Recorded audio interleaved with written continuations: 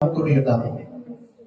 మా హృదయంలో ఏమైతే ప్రభువా ఎన్నో భారములు, కన్నీళ్లు, ఆగని అనేకమైన అపనిందలు మమ్మలను బలహీనపరిచినప్పటికీ నిన్ను వెంబడించినటువంటి మమ్మలను నేను విడువక నీ గ్రంథములో నుంచి అనేకమైన సత్యములతో నీ మాటలు గమనించటకు మాకు ఇచ్చిన సమయాన్ని బట్టి మాతో, నాతో, మా అందరితో మాట్లాడి కృప చూపించమని యేసు నామమున అడుగుచున్నాను తండ్రి, ఆమేన్. పరిశుద్ధ గ్రంథంలో నుంచి కూర్చోండి. పరిశుద్ధ లేఖనం నుంచి జకరియా గ్రంథము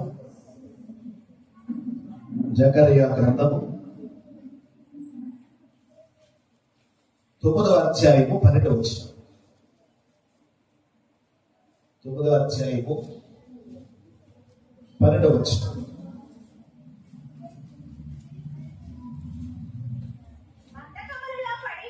బంధకములలో పడియుండి నిరీక్షణ గలవారులారా మీ కోటలోనికి మరలా మీరు ప్రవేశించండి, రెండంతలుగా మీకు నేను మేలు చేసేదని నేడు నేను మీకు తెలియచేయుచున్నాను. ఆమేన్.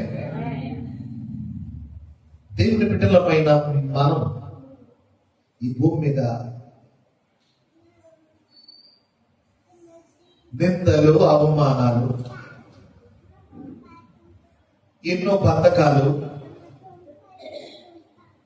ఎన్నో పరిస్థితులు మనలను బలహీనపరచడానికి ఎన్నో మన మీద దాడి చేస్తూ ఉంటుంటాయి. ఏదో ఒక మృగం వచ్చి మన మీద పడినట్టుగా బంధకాలు మన మీద దాడి చేస్తుంటాయి. బాధలు, నిందలు, అవమానాలు, ఇలాంటివి అన్ని కూడా మన మీదకి వచ్చి నిందలు పడుతూ ఉంటున్నప్పుడు మనం ఎంత ఘనమైన వ్యక్తులమైనప్పటికీ, ఎంత గొప్ప వ్యక్తులమైనప్పటికీ ఇవి మన మీద కూర్చున్నప్పుడు కృంగిపోతుంటాం. ఇవి మన మీద కూర్చున్నప్పుడు బాధపడిపోతుంటాం. ఆనాడు భక్తులైన వారు, ప్రవక్తలు వీటన్నింటిలోనూ కూడా ఆరితేరిపోయి వారు కడగబడినటువంటి ముత్యములాగా, కొలిమిలో కాల్చబడినటువంటి సువర్ణములాగా ఎంత విలువైనటువంటి రీతిలోనో దేవుని కొరకు చెక్కబడ్డారు. కష్టాల్లో నుంచి, నిందల్లో నుంచి. అయితే ప్రభు ఈ సమయమందు ప్రభు నీకు ఇచ్చేటటువంటి దేవుడు మాట ఏంటో తెలుసా? బంధకాలలో పడి ఉన్నామని బాధపడకండి, నిరీక్షణ గలవారే మీరు ఉండండి. ఎప్పుడైతే మీరు నిరీక్షణ గలవారై ఉంటారో మిమ్మలను దేవుడు ఏ విలువైనటువంటి స్థానములు నుంచి మీరు కోల్పోయారో, విలువైనటువంటి భవిష్యత్తును పోగొట్టుకున్నానని బాధపడ్డావో, మరలా దేవుడు తిరిగి రెట్టింపు ఆశీర్వాదాలతో, రెట్టింపు ఘనతకు దేవుడు మిమ్మలను తిరిగి మరలా మీ కోటలోనికి మీరు ప్రవేశించినట్లుగా మీకు దేవుడు నేనున్నానని ధైర్యముతో మీకు మాటిస్తున్నాడు. ఆ మాటను మీరు నమ్మినట్లయితే దేవుడు మీకు రెట్టింపు ఘనతను ఇస్తాడు. ఆ మాటను మీరు నమ్మినట్లయితే దేవుడు మీకు ఏమిస్తాడు? రెట్టింపు ఘనతను ఇస్తాడు, రెండంతల దీవెనలు ఇస్తాడు. ఈరోజు చాలా మంది కుటుంబాల్లో మనిషిగా ఉన్నాం, కానీ ఎన్నో పైకి బాగానే కనబడుతూ ఉంటున్నాం. లోపల పరిస్థితులన్నీ కూడా రకరకాలైనటువంటి రోగాల ఒక ప్రక్కనైతే సమస్యలు ఒక ప్రక్కన. వీటన్నింటినీ తట్టుకోలేక మనుషుడు ఆత్మస్థైర్యాన్ని కోల్పోతున్నాడు. కానీ దేవుడు మనకు ఉన్నాడు కనుక, దేవుడు మనతో ఉన్నాడు కనుక మనకు దేవుడు ఎప్పుడు కూడా మనలను సిగ్గుపడనివ్వడు. దేవుడు ఎప్పుడు కూడా మనల్ని సిగ్గుపడనివ్వడు. ఎందుకో తెలుసా? 31వ కీర్తన 19వ వచనంలో దేవుని లేఖనం ఇలా చెప్తుంది. 31వ కీర్తన 19వ వచనంలో అంటాడు, మీరు నిశ్చితంగా నీ యందు భయభక్తుల గల వారి నిమిత్తం నీవు దాచి ఉంచిన మేలు ఎంత గొప్పదో. దేవుడు గొప్పడు. ఏం చేయడానికి గొప్పడైనా? మేలు చేయడానికి. ఎందుకు? తన ఎందుకు భయభక్తులు గల వారికి దేవుడు మేలే చేస్తాడు, కీడు చేయడు. నిందలు నిన్ను మీదకు వచ్చినప్పటికీ నిందల నుంచి దేవుడు నిన్ను తప్పిస్తాడు. బంధకాల్లో పడిపోయాము అని మనం బాధపడుతుంటాం. నీతి భక్తుడు 7 మార్లు పడిపోయినా వాడు తిరుగులేస్తాడు. ఒకవేళ పడిపోయిన పరిస్థితుల్లో నుంచి దేవుడు నిన్ను విడిపించలేడని నువ్వు ఒకవేళ అధైర్యంతో ఉంటే, కానీ దేవుడు నీకు ఇచ్చే మాట ఏంటి తెలుసా? నీ నిమిత్తం ఆయన దాచించాడంట. మేలు దాచించాడు. అందుకే నిన్ను దేవుడు దాచి ఉంచినటువంటి ఆ చోటు వరకు కూడా నీకు ఇలాంటి నిందలు వస్తూ ఉంటుంటాయి. ఆ చోటుకి వెళ్ళే వరకు కూడా బాధలు వస్తూ ఉంటుంటాయి. ఆ చోటుకి వెళ్ళే వరకు కూడా బాధలు బంది నిన్ను బాధ పెడుతూ ఉంటుంటాయి. కానీ ప్రభు ఇచ్చిన మాటలు బట్టి నువ్వు భయపడకూడదు. ఎందుకంటే నీకు దేవుని యందు భయభక్తులు మాత్రం వదిలిపెట్టకూడదు. దేవుని యందు నువ్వు భయభక్తులు విడిచిపెట్టకుండా నీవు దేవుని పట్ల నమ్మకంతో ముందుకు సాగిపోతా ఉంటుంటే దేవుడు నీకు ఇచ్చిన మేలు ఎంత గొప్పదో నువ్వు పొందుకునే వరకు కూడా అంతవరకు దేవుడు నన్ను ఎంతగా జ్ఞాపకం చేసుకుంటాడన్న సంగతి నీకు ఆ రహస్యం తెలియదు. ఆ రహస్యము తెలిసే వరకు కూడా దేవుడు నిన్ను ఒకవేళ ఇలాంటి నిందలు బాధలు ఎన్నో వస్తా ఉంటుంటాయి. వాటన్నింటినీ కూడా జయించుకుంటూ నువ్వేం చేయాలి? ముందుకు వెళ్తానే ఉండాలి. ఎందుకంటే యెషయా గ్రంథము 6వ అధ్యాయము 7వ వచనంలో అంటాడు. యెషయా గ్రంథం 6వ అధ్యాయం 7వ వచనంలో మీరు నిజంగా దేవుని పిల్లలని ధైర్యంగా మీరు బ్రతకటానికి ప్రభు ఇచ్చిన మాట ఏమిటో తెలుసా? ఒకసారి చూడండి. 6వ అధ్యాయం 7వ వచనం.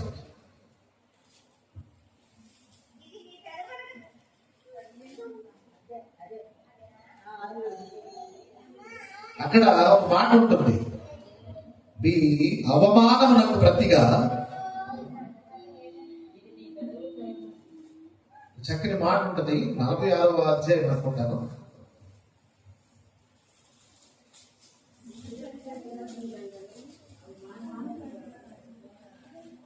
మీ అవమానమునకు ప్రతిగా.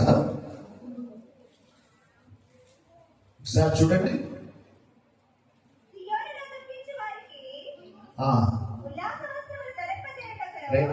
ఎంతమంది? 61వ అధ్యాయం 3వ వచనం.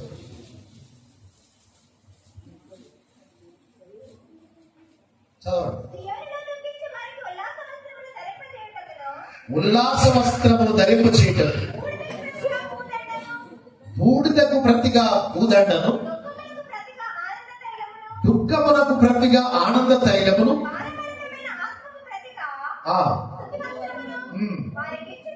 ఇచ్చుటకును పంపి ఉన్నాడు. స్తోత్రం చెప్పండి అందరూ కూడా. మన అవియోమనకు మన అవమానమునకు ప్రతిగా దేవుడు ఏమిస్తాడండి? ఘనత. ఎందుకు ఘనత? మనకు చాలా అవమానాలు వస్తూ ఉంటుంటాయి. మన చుట్టూ ఉన్న వాళ్ళే మనకు ఒకసారి అవమానపరుస్తుంటారు. మీ అవమానమునకు ప్రతిగా రెట్టింపు ఘనత నొందుదురు, నిందకు ప్రతిగా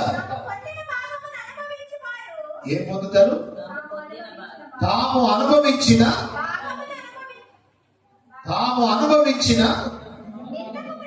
నిందకు ప్రతిగా పొందిన భాగము అనుభవించువారు సంతోషించుదురు. రెట్టింపు దేవుడు ఘనతనిస్తాడు. ఇప్పుడు మనం ఉన్న చోటనే మనకు అవమానాలు వస్తుంటాయి. ఎంత గొప్పగా పెరిగామో అంత తక్కువ చేసి మాట్లాడతారు. మనం అంతగా దిగజార్చి మాట్లాడుతుంటారు. అలా మాట్లాడినా కానీ దేవుడు ఏమంటున్నాడు? నీకు ఘనతనిస్తాడు. నువ్వెక్కడైతే అవమానపడ్డావో దేవుడు నిన్ను అక్కడ ఏం చేస్తాడు? ఘనతనిస్తాడు. ఎందుకు పనికిరానటువంటి వ్యక్తులుగా కనబడవచ్చు సమాజంలో. ఇప్పుడు దేవునికి దాచుంచాడంటే ఒక రోజు నిన్ను పైకెత్తుతాడు. కంగారు పడకు. ఒక రోజు నిన్ను ఉన్నతమైనటువంటి స్థితిలో పెడతాడు యేసయ్య. తొందరపడక్కర్లేదు. ఒక రోజున ఒక రిక్షా తొక్కుతున్నటువంటి ఒక కూలివాడు డైలీ రిక్షా తొక్కుకుంటేనే కానీ పొట్ట గడవదు. తన కూతుర్ని స్కూల్కి, గవర్నమెంట్ స్కూల్కే పంపించి తన స్తోమత ఎంతవరకు అంటే అంతవరకే చదివించు. ఆ గవర్నమెంట్ స్కూల్లోనే పెద్దగా చదివి చక్కగా మంచి మార్కులతో చదివి మంచి మంచి ర్యాంకులు కొడుతూ అన్ని కూడా చదువును బట్టి అన్నింటిలో కూడా ఫస్ట్ క్లాస్ వచ్చేస్తా ఉంటుంటే లాస్ట్కి ఒక స్థాయికి వచ్చేటప్పటికి పిల్ల తన తండ్రికి చదివించలేడు మాట ఎక్కడికన్నా ఉన్నత చదువులు పంపిద్దామంటే తన అన్ని కూడా నెంబర్ 1 గ్రేడ్లో పాస్ అవుతా ఉంటుంటే ప్రభుత్వమే ఆ అమ్మాయిని చదివించి చక్కగా ఒక స్థితికి వచ్చేటటువంటి పొజిషన్కి వచ్చేసింది. ఐఏఎస్కి సెలెక్ట్ అయిపోయిందంట. ఐఏఎస్కి సెలెక్ట్ అయిపోయేటప్పటికీ ఐఏఎస్లో పాస్ అయిపోయింది. పాస్ అయిపోయేటప్పటికీ ఆమె నిజంగా ఒక రోజున తన ప్రయాణమై తిరిగి తన ఇంటికి వస్తా ఉంటున్నప్పుడు అప్పటికే టీవీలు, పేపర్లు, పొలవమంటే న్యూస్ పేపర్లు ఆయిగొట్టేస్తున్నాయి. పలానా అమ్మాయి ఇలాగా ఐఏఎస్కి సెలెక్ట్ అయిపోయింది, ఐఏఎస్ అయిపోయింది అని చెప్పి గొప్పగా పేరు చెప్పుకుంటా ఉంటుంటే తన తండ్రి రిక్షా కార్మికుడు కదా, రిక్షా కార్మికుడు అయినటువంటి తనున్నటువంటి ప్రాంతంలో రిక్షా తొక్కుకుంటున్నాడు. అయితే అప్పటికే ఐఏఎస్ ఈ కలెక్టర్ ఆ ఊరు వస్తున్నట్టు ఆ ఊరికి ప్రోటోకాల్ ప్రకారంగా ఆఫీసులు చాలా మంది అక్కడికి వస్తా ఉంటుంటే ఈ లోపల ఈ ఆఫీసులు వస్తా ఉంది. ఈ మామూలుగా రోజు డైలీ ఏం తొక్కుంటాడు ఇతను? రిక్షా కార్మికుడు రిక్షా తొక్కుంటాడు. అందరితో పాటు ఈమె కూడా ఏం చేస్తుంది? అందరితో పాటు ఇతను కూడా ఎవరో వస్తున్నారంట, విఐపి వస్తున్నారంట అని చెప్పి ఎదురు చూస్తున్నాడు. నేను చూద్దాము కదా అని చూస్తా ఉంటుంటే ఈ లోపల రిక్షా స్టాండ్ కాడ రిక్షా ఉంది. ఈ కుమార్తె దిగేసి తిన్నగా వాడి డాడీ రిక్షా ఎక్కడ పెడతాడు అమ్మాయికి తెలుసు. అందరూనేమో జీపేసుకుని అక్కడ నుంచుని ఆవిడ్ని రిసీవ్ చేసుకుని ఆవిడ ఇంటికి తీసుకెళ్ళడానికి ఏమో అందరూ వస్తే తీరా చూస్తే ఇది దిగేసి ఎక్కడికి వెళ్తుంది? రిక్షా దగ్గరికి వెళ్తుంది. రిక్షా దగ్గరికి వెళ్తూ ఉంటుంటే రిక్షా దగ్గర రిక్షా వాళ్ళ కనపట్టలేదు. ఏమి ఎత్తుకుంటున్నాడు? ఎవరో విఐపి వస్తుందంట చూద్దామని చెప్పి ఇలా ఎత్తుక్కుంటున్నాడు. ఆ అమ్మాయి రిక్షా కాడికి వెళ్ళి ఎత్తుక్కుంటుంది. ఎవరిని? వాళ్ళ నాన్నగారు ఎక్కడున్నాడో ఎత్తుక్కుంటుంది. కనపట్టలేదు ఈ జనాల్లో. కనపడకపోతే రిక్షా దగ్గరే నిలబడిపోయింది. అందరూ కూడా రిక్షా దగ్గరికి వచ్చేస్తున్నారు. ఎవరు? మీడియా వాళ్ళు వచ్చేస్తున్నారు, పేపర్ వాళ్ళు వచ్చేస్తున్నారు.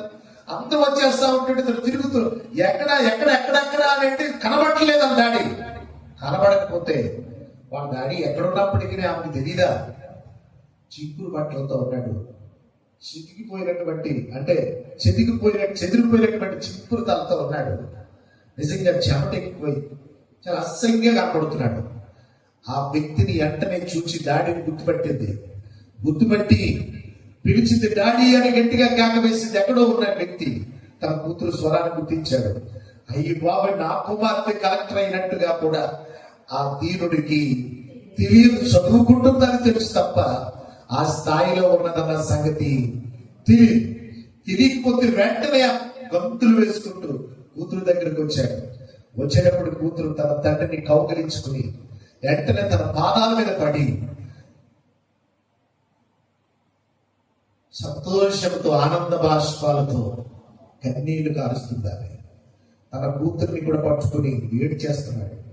ఎంత సంతోషం, ఎంత ఆనందం! ఎక్కడ దక్కింది, ఎలా దక్కింది, ఎలా వచ్చింది? రండి కలెక్టర్ గారు, రండి, జీప్ ఎక్కండి అన్నవాళ్ళు, కారు ఎక్కండి అన్నవాళ్ళు ఉన్నారు.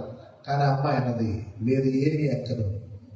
మా నాన్నను నేను రిక్షా ఎక్కించుకుని ఆ రిక్షాలతో మా ఇంటికి వెళ్తానని ఆ నాన్న ఏ రిక్షా అయితే దొరుకుతాడో ఆ రిక్షాను ఆ నాన్నని ఎక్కించుకుని కలెక్టర్ ఇప్పుడు రిక్షా నడుపుకుంటూ ఎక్కడికి వెళ్తుంది, వాళ్ళ ఇంటికి తీసుకెళ్ళిందంట.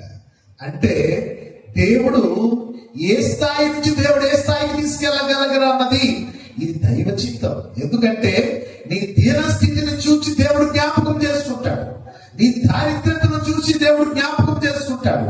నీ బద్ధకాల్లో పడిపోయి ఉన్నావని ఎప్పుడు కూడా భయపడక్కర్లేదు. నీవు నిరీక్షణగా మారి మీరు ఉండగలిగినట్లయితే దేవుడు రెండంతలుగా ప్రభు దీవిస్తాడు. మీ అవమానములకు ప్రతిగా రెట్టింపు ఘనతనిస్తాడు.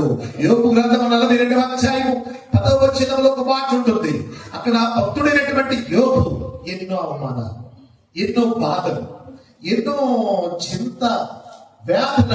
ఎందుకంటే ఎంత కోటేశ్వరుడు అంటే ఆ ఊజు దేశంలో అతనికంటే ధనవంతుడు లేడు. యెహోవా యోబును మొదట ఆశీర్వదించినంత కంటే మరీ అధికముగా యోబును ఆశీర్వదించి రెట్టింపు ఘనతనిచ్చేశాడు. స్తోత్రం చెప్పండి. ఆ దేశంలో ఎవరు అంత ధనవంతులు లేరు. అలాంటి ఏమైపోడు తెలుసా? అంటారు కదా చాలా మంది, వాళ్ళ బళ్ళు అయిపోతాయి, బళ్ళేమో వాళ్ళు అయిపోతాయి అంటారు. ఈరోజు నువ్వు నిజంగా నీ జీవితం బండి లాంటిదే. బండి అంటే ఎలా ఉంటుంది? ఎద్దులు లాగుతుంటాయి. చాలా స్పీడ్కి వెళ్ళిపోతా, బ్యాక్కి వెళ్ళిపోతా. చాలా స్లోగా ఎద్దులు నడిస్తేనే బండి నడుపుతుంది, లేకపోతే నడవదు. దాన్ని చాలా చిన్నగా చూస్తుంటుంటారు బండి అనేటప్పటికి.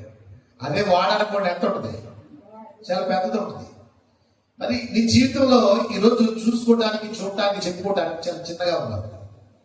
నీ పిల్లల పరిస్థితులు బట్టో, నీ పరిస్థితులు బట్టో, లేక నీ కుటుంబ పరిస్థితులు బట్టో, నీ భార్య పరిస్థితులు బట్టో, భర్త పరిస్థితులు బట్టో, నీకున్న ఆర్థికమైనటువంటి పరిస్థితుల బట్టో మనం చాలా దీనంగా కనబడుతున్నాం సమాజానికి. కానీ దేవుడు ఒక మాట అంటున్నాడు, ఒకవేళ ఒకప్పుడు నీ బతుకు బాగుంది, ఈరోజు బాలుగా యోబుని జ్ఞాపకం చేసుకో. సర్వము పోయిన శరీరం కుల్లిన నానవారే వెలివేసిన సర్వము పోయిన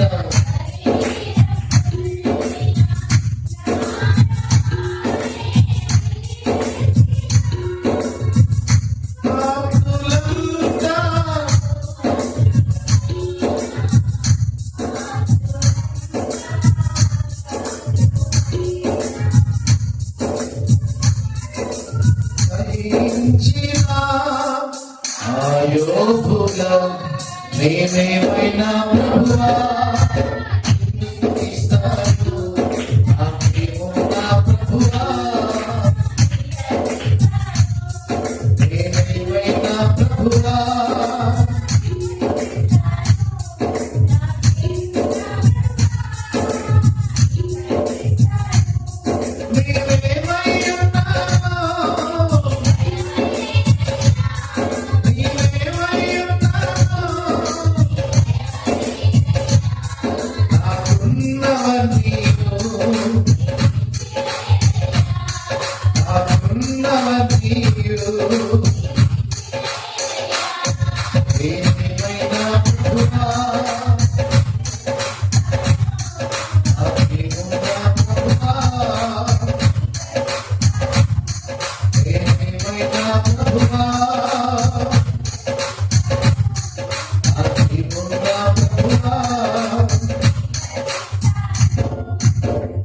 మనకు దేవుడు ఏమిస్తారన్నాడు చెప్పాలి అందరూ. రెండింతల ఘనత. ఏం ఘనత అది? రెండింతల ఘనత. యోబుకు దేవుడు రెండంతలుగా ఇచ్చేసాడు ఘనత. పోయిన ఘనత ఒకటైతే తిరిగిచ్చిన ఘనత ఎంత? రెండంతలు. పూర్వము కలిగిన దానికంటే రెండింతలధికంగా యెహోవా అతనికి దయచేసేసాడు. హల్లెలూయా. భయపడకూడదు. ఒకవేళ మనకు మనముగానే నీ పక్క సహోదరునో తక్కువ అంచనా ఇయ్యొద్దు. అతనిలో నుంచి దేవుడు ఒక అద్భుతం చూస్తున్నాడు. అతనిలో నుంచి ఒక గొప్ప కార్యం చూడబోతున్నాడు. అందరి దృష్టికి కూడా చాలా చులకనగా కనబడుతున్నాడు యోసేపు. వేస్ట్ ఫెలో కింద కనబడ్డాడు. అలా అన్నల దృష్టికి ఏ ఫెలో? వేస్ట్ ఫెలోయిడు, ఎదవ, పనికి రాడు, అంతగా కనబడ్డాడు. కానీ మనుషుడి దృష్టికి వేస్ట్ గానే కనిపించవచ్చు. కానీ దేవుడు తన వాక్యం ఏమని చెప్తుందో తెలుసా? పెంట కుప్పల నుండి దీనులను పైకెత్తు వాడను నేను. నువ్వెవరు? తక్కువ అంచనా వేసి తక్కువగా చూస్తున్నావు. నిన్ను కన్నవాడున్నాడు. నిన్ను ఈ స్థితికి తీసుకురావడానికి ఇంతవరకు నడిపించుకుంటూ నిందలు అవమానాల్లో నుంచి నెట్టుకుంటూ వచ్చావు. నీ స్థితిని దేవుడు చూడబోతున్నాడు. నీ భవిష్యత్తును ఉన్నతంగా ఆశీర్వదించబోతున్నాడు. పూర్వము కలిగిన దానికంటే రెట్టింపు ఘనతను దేవుడు నీకు ఇస్తున్నానన్నాడు. యోబుకంతే ఇచ్చేశాడు. యోసేపును కూడా అంత చిన్నగా చూశారండి. దావీదును కూడా అంత తక్కువ అంచనా వేసేశారండి. మోషేను కూడా అంత తక్కువ అంచనా వేశారండి ప్రజలు. ఎంతమంది ఏ విధమైనటువంటి స్థితిలో తనని ఎంత హీనంగా చూసినా కానీ ఏమాత్రం కూడా భయపడకుండా ధైర్యంగా దేవుడు ఆయన చూసిన వాళ్ళు ఎప్పుడు కూడా దేవుడు విడిచిపెట్టడు. ఎందుకంటే దేవుని వాక్యం ఒక మాట చెప్తుంది. 40వ అధ్యాయం కీర్తన గ్రంథం 5వ వచనంలో ఈ విధంగా చెప్తాడు. 40వ అధ్యాయం 5వ వచనంలో, మా ఎడల నీకున్న తలంపులు బహు విస్తారములు, అవి లెక్కకు మించి ఉన్నవి. నా దేవా,